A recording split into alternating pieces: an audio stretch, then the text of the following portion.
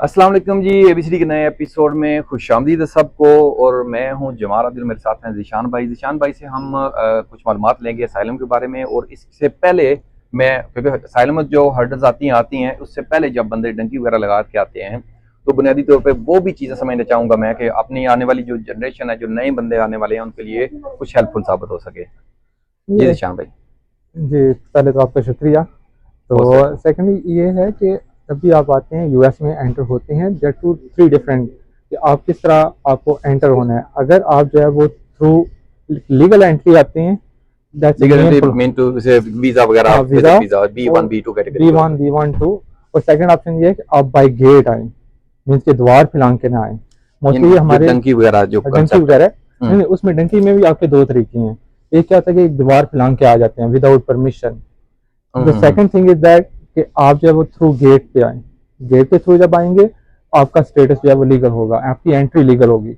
Asylum के लिए या किसी भी चीज़ के लिए यूएस में अगर रहने या किसी भी और जगह में, इवन के यूरोप कनाडा वेयर, आपकी लीगल एंट्री होना बहुत जरूरी है। ये थोड़ा सस्पिशियस है, थ्रू गेट और थ्रू गेट दीवार। ये दीवार क्या है, जब भी आप यूएस में दाखिल होते हैं, एंटर होते हैं थ्रू डंकी के जरिए, मोस्टली क्या करते हैं कि वो एक बाड़ लगी हुई है। बाहर तो हमने देखी है फिल्मों में, हाँ जी, बाड़ लगी में देखी हुई है। एक्चुअली क्या करते हैं हमारे लोग इंडियन जो भी हैं, वो क्या दीवार फिलांग के आ जाते हैं। दीवार फिलांग के जब आते हैं तो वो उनको यूएस के हवाले कर दिया जाता है।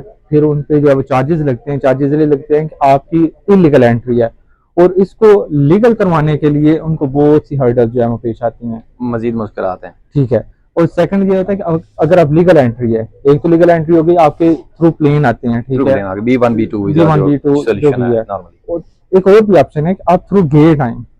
ये क्या कंसेप्ट? गेट में ये होता है कि इमिग्रेशन के ऑफिसर उधर बैठे हुए हैं, वो आपको बताएंगे कि आपके पास क्या चीज़ है, आपके पास पासपोर्ट है, जो कुछ भी है वो आपको इजाजत देंगे, तब आप यूएस में एंटर होंगे।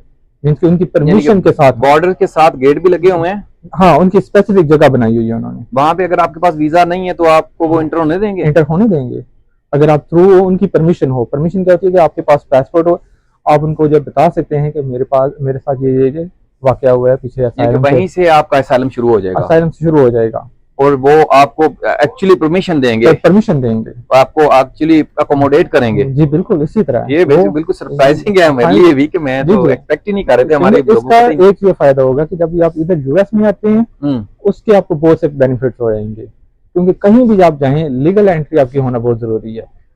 कौन कौन से बॉर्डर्स के नजदीक से ये लीगल गेट्स वगैरह पाए जाते हैं? जो एक्चुअली ये जो लीगल गेट्स हैं, स्पेशली हमारे जो लोग आते हैं, ये 2-3 डिफरेंस हैं। एक तो कैलिफोर्निया है, टेक्सास है या एरिजोना है, ये 3 स्टेट है, इनके साथ बॉर्डर लगता है। तो बॉर्डर जो है वो तिगवाना है, मेक्सिको वाला, वो मोस्टली वहीं से लोग आते हैं, ठीक है। स्पेशली मैं सस्पिशियस थोड़ा ये बॉन्ड के लिए, ये बॉन्ड क्या कॉन्सेप्ट है और कितने पैसे वगैरह होते हैं? ये गारंटी वगैरह है जिससे जमानत होती है? बिल्कुल ऐसे ही है। बॉन्ड एक्चुअली ये होता है कि जो स्पॉन्सर है आपकी गारंटी देता है, अपने डॉक्यूमेंट्स देता है, ग्रीन कार्ड या फिर वो पासपोर्ट देता है, और प्लस अपने टैक्स के पेपर वगैरह देता है कि ये इस बंदी को मैं जानता हूँ, मेरा फैमिली फ्रेंड है, ब्लड रिलेशन है, व्हाटएवर जो भी साथ उसके साथ जो रिलेशन है।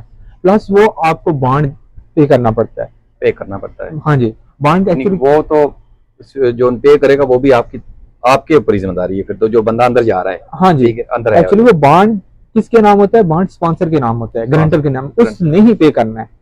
नेक्स्ट जब आप उधर से रिलीज हो जाएंगे और जब आपका केस अप्रूव हो जाएगा, इवन के आपके आपके हक में है या आपके अगेंस्ट है, जो भी डिसीजन आता है, जब आपके केस का डिसीजन हो जाएगा उसके बाद वो स्पॉन्सर जो है वो अपना बॉन्ड रिलीज करवा सकते हैं वहां से, जो उसने पे किया होता है, ठीक है। जबरदस्त। ये चीजें हैं। तो असाइलम का जो ये प्रोसेस तो सारा असाइलम का हो गया है ना? हाँ जी, हमारे पास आपको बॉन्ड के जरिए बंदे ने बाहर निकलवा लिया, ठीक है। अभी उसके बाद कितना टाइम लग जाता है अगले प्रोसेस में? ये आप टू लक है या केस है या क्या कंसेप्ट है? लक भी कह सकते हैं, ठीक है। उसके बाद अगर तो आपको एक अच्छा कह लें कि वकील मिल जाए, वकील से जिसको सारी इन्फॉर्मेशन हो कि क्या हो इसके रिलेटेड इन्फॉर्मेशन असाइलम के रिलेटेड, क्योंकि वकील हैं उनके पास मुख्तलिफ जो है ना वो केसेस होते हैं, अकॉर्डिंग टू मैरिज है या स्पॉन्सरशिप है, एम्प्लॉयमेंट है। तो असाइलम के अगर आपको जाना चाहिए असाइलम वाले के पास, मोस्टली मैं ये प्रेफर करूंगा। आपका इम्पैक्ट करेगा कि इसके ऊपर कि आप काम कर रहे हैं या फिर आप सोशल के ऊपर हैं, उनके ऊपर बोझ है? नहीं, फिलहाल आप उन पे नहीं है, आप स्पॉन्सर पे बोझ हैं। अच्छा। अनटिल के आपका वर्क ऑथराइजेशन कार्ड आ जाए, वर्क परमिट जिसको वर्क बोलते हैं, परमिट आ जाए। जब आपको काम करने की इजाजत मिल जाएगी, हम्म, ठीक है। उसके दौरान जब रिलीज होने से लेके आपको वर्क परमिट का आप जो स्पॉन्सर है उसकी जिम्मेदारी, आपको रिहाइश वापस देना, संभालेंगे। आपको खाना पीना। अप्रोक्सीमेटली कितना टाइम लगेगा वर्क परमिट मिलने में? जब आपका केस जमा हो जाता है, ये आप पे डिपेंड करते हैं कि आप वहां पे एप्लीकेशन देते हैं कैंप में, या कैंप के बाहर आने तक जो है वो अपना वकील वर्क को, परमिट, अच्छा ठीक है, अच्छा। वकील को एप्लीकेशन देते हैं कि ये फलां फलां मुझे जो है वो थ्रेट्स वगैरह हैं। 4-6 महीने में कह सकते हैं कि वर्क परमिट मिल सकता है? वो डिटेल के साथ होगी, आपको बता देते हैं कि वो 3 मंथ, 3 मंथ। जब आपकी एप्लीकेशन फिल हो जाती है, आप अपना केस जमा करवा देते हैं, उसके 5 महीने बाद, within 150 days, after 150 days you have to apply for work permit. Okay. ठीक है, उसमें क्या होगा, जब आप वर्क परमिट अप्लाई करते हैं उसके विद इन 180 डेज बाद, 150 प्लस 4 डेज है, प्लस आपके 180 डेज, विद इन 180 डेज आपका जो वर्क परमिट आ सकता है। लेकिन अभी थोड़ा सा लेट हो रहा है, लेकिन बाय लॉ जो है वो with in 180 days, by law 180 days, लेकिन कोई तो 1-2 महीने आगे पीछे भी हो सकता है। हाँ, मीन्स आप कह सकते हैं कि अगर आपकी एप्लीकेशन वहां पे जमा होगी कैंप में, तो फिर तो वेल एंड गुड है। अगर आप बाहर आके अपना असाइलम देना चाहते हैं, मीन्स की एप्लीकेशन, प्रॉपर एप्लीकेशन देना चाहते हैं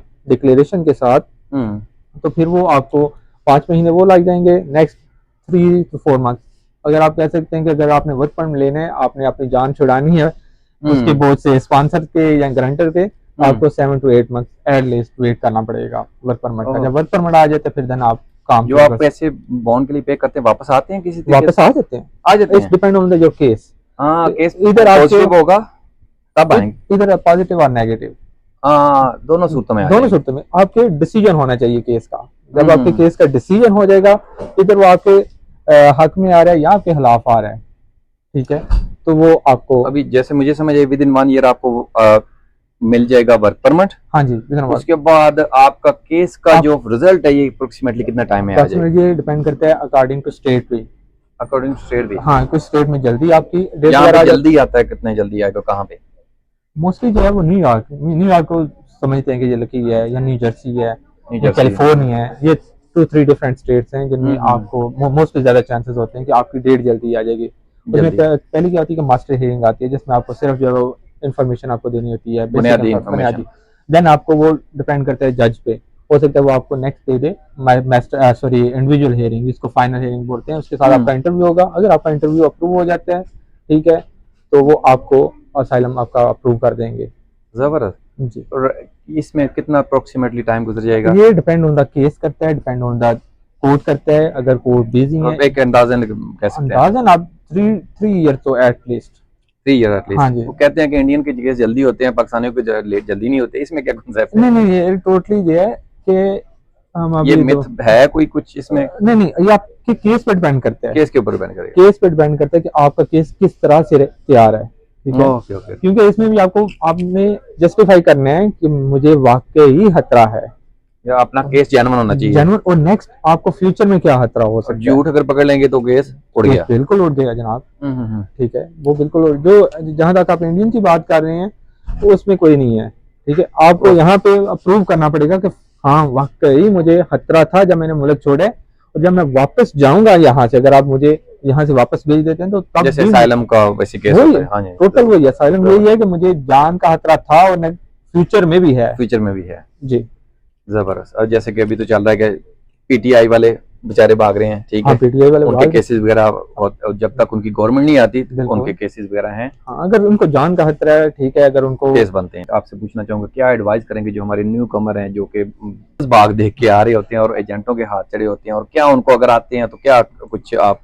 ये एक्चुअली ये टोटली डिफरेंट स्टोरी है। जब आप इधर आते हैं आपको कुछ और जो है देखने को मिलता है, आपको काम भी करना पड़ता है। ग्राउंड स्टोरी जो होती है डिफरेंट होती है, ग्राउंड स्टोरी डिफरेंट है, कहानियां और होती हैं, कहानी हो रहे हैं। आपको एक्चुअल जो स्टोरी वो आपको इधर आगे पता चलती है कि क्या एक्चुअल में क्या है, कितने भी दसो है कितने बीस का शो है, तो आपको इधर आके रियलाइज करना पड़ता है, क्योंकि आपको यहाँ पे काम करना पड़ता है। देन आपको, अगर आपके वर्क परमिट की बात कर रहे थे, वर्क परमिट के बाद आपको टैक्स पे करना पड़ता है, ठीक है, आपको टैक्स पे करना पड़ता है, मींस के लीगली आप काम कर रहे हैं, तो और गवर्नमेंट के ऊपर बोझ नहीं है, अपना आप संभाल सकते हैं, ये सारी चीजें मैटर करेंगी आपके केस में ना, प्लस पॉइंट। इसलिए वो आपको वर्क परमिट देते हैं कि आप काम कर सकते हैं, ठीक है। और अगर आप टैक्स फाइल करते हैं, टैक्स फाइल का आपको एडवांटेज भी होगा।